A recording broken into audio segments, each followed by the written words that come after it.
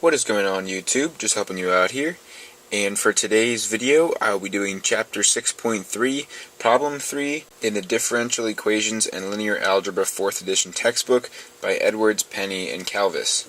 Chapter 6.3 is all about applications involving powers of matrices, and in Problem 3, we are given some matrix and asked to compute that matrix to the fifth power.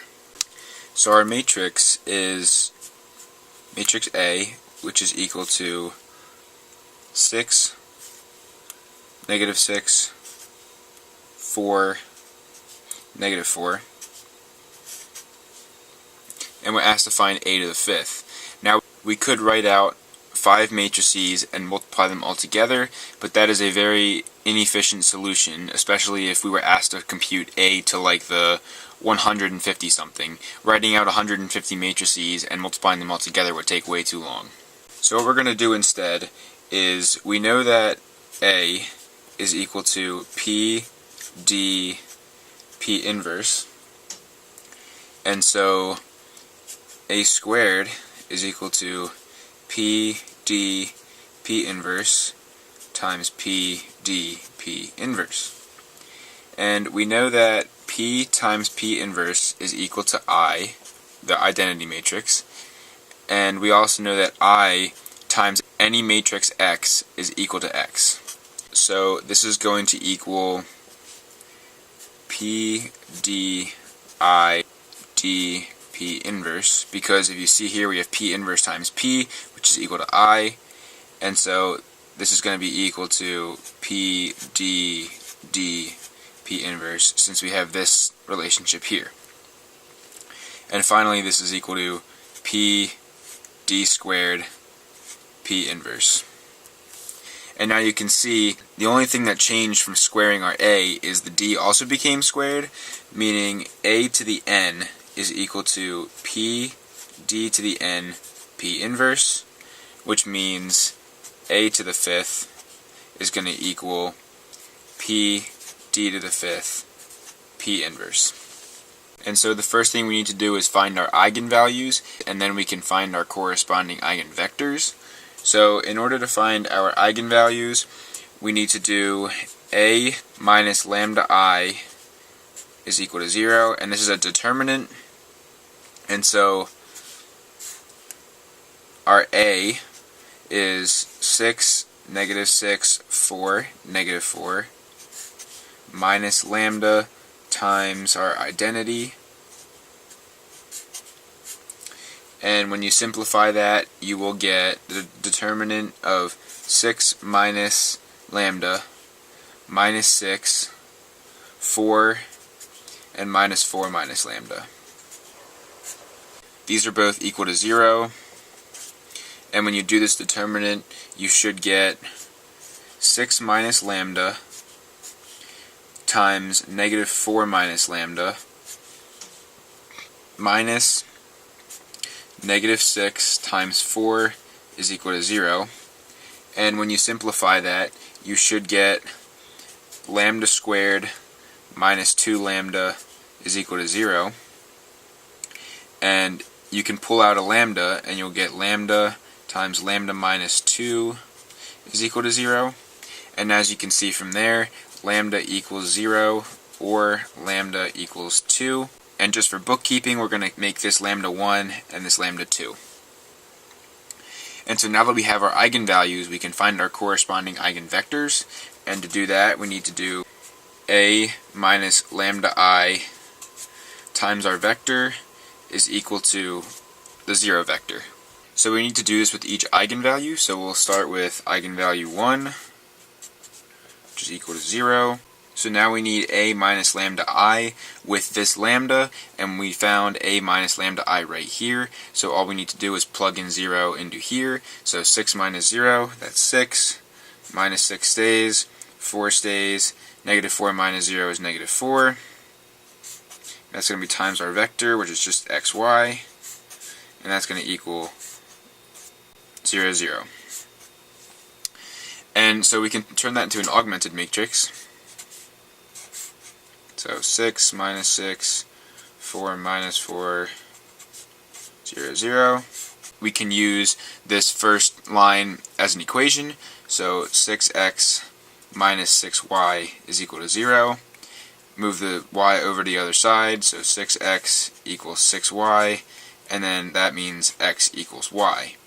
And so our vector is equal to xy, and we just found that x equals y, so this is equal to y,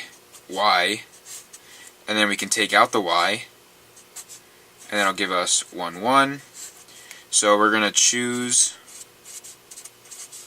our first eigenvector to equal 1, 1.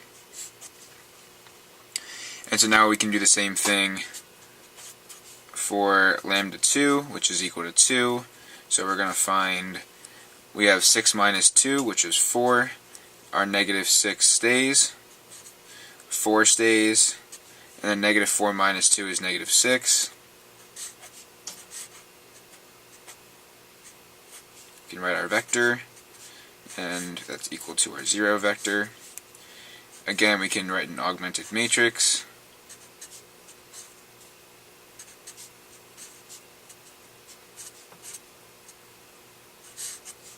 And so we'll take the top line again. So 4x minus 6y equals 0.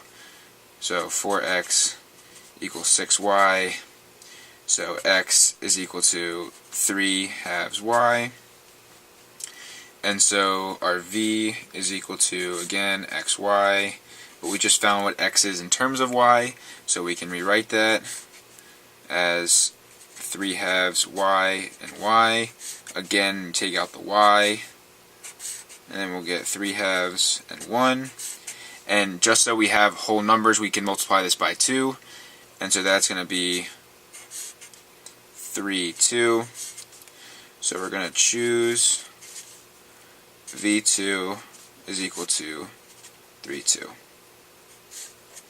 And so now we can write our P matrix. So P is equal to vector 1, so 1, 1, and then vector 2, which is 3, 2. And then we can find P inverse. So P inverse is equal to 1 over AD minus BC times D negative B negative C A, where P is equal to A, B, C, D. So in our case, P inverse is equal to 1 over 1 times 2 minus 3 times 1 times 2, negative 3, negative 1, 1. And when you simplify that, you should get negative 2, 3, 1, negative 1. And now we can find our diagonalized matrix, which is equal to lambda 1, 0, 0, lambda 2. And you just need to make sure everything is consistent. This is why I gave my lambdas a 1 and a 2, because if you write vector 1 in the first column of your P matrix, you need to write your first eigenvalue in the first column of your D matrix. So I could have made this 3, 2, 1, 1, but then lambda 2 would be here and lambda 1 would be here. And so we can just plug those right in. Our lambda 1 is 0, so 0, 0, 0, and our lambda 2 is equal to 2. And so d to the 5th is equal to 0, 0, 0, 2 to the 5th.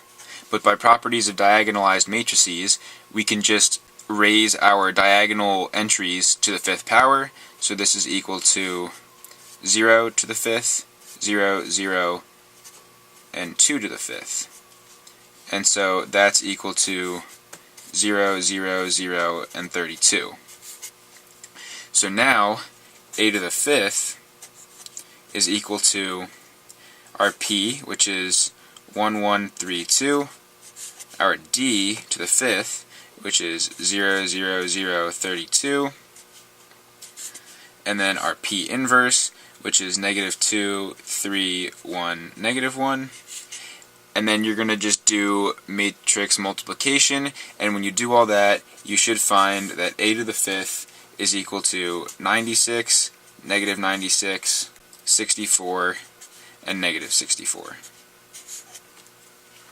So that's it for this problem. If you found this video helpful, please drop a like, leave a comment if you have a question about something I did or an idea for a future video, and lastly, please don't forget to subscribe and tell your friends about my channel so I can grow and help more of you guys out. I'm just helping you out. See you in the next video.